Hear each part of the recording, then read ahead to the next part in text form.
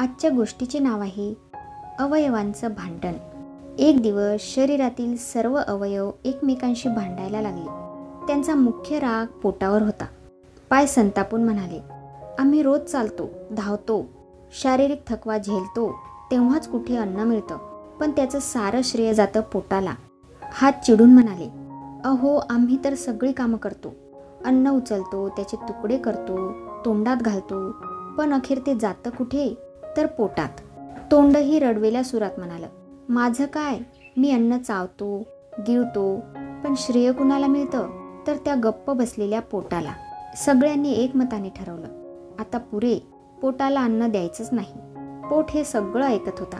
तो शांत होता. त्याने काहीच उत्तर दिलं नाही. त्या सगळ्या अवयवांचा संप सुरू झाला. ते आनंदात होते. आत्ता पोटाला कळेल आपलं महत्त्व. त्यांनी ठामपणे म्हटलं. 1 दिवस गेला, 2 दिवस गेले. हळूहळू सगळ्यांचे हाल सुरू झाले. पाय थकायला लागले, हातात ताकद राहिली नाही, तोंड कोरडं पडू लागलं, डोळे थकले आणि डोकं गरगरू लागलं.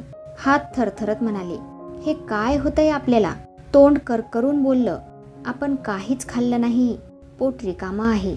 पाय म्हणाले, आपण विसरलो होतो, पोट अन्न पचवतं आणि त्यातूनच आपल्याला ऊर्जा मिळते. तेवढ्यात पोट हळू आवाजात म्हणालं, माझं काम तुम्हाला दिसत नाही, पण तुमच्यासाठीच मी सतत अन्न पचवत असतो. आपण सगळे एकत्र काम करत असतो, तेव्हाच शरीर चालतं. सगळ्यांना आपली चूक कळली. त्यांनी पोटाची माफी मागितली आणि लगेच संप मागे घेतला.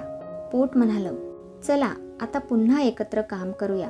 शरीर आनंदी राहायला पाहिजे, भांडण करून नाही तर एकत्र राहून. यावरून आपल्याला शिकवण मिळते, एकमेकांवर अवलंबून राहूनच शरीर चालतं. तसंच समाज, कुटुंब किंवा एखादी टीमही, या सर्वांमध्ये प्रत्येकाची भूमिका महत्त्वाची असते.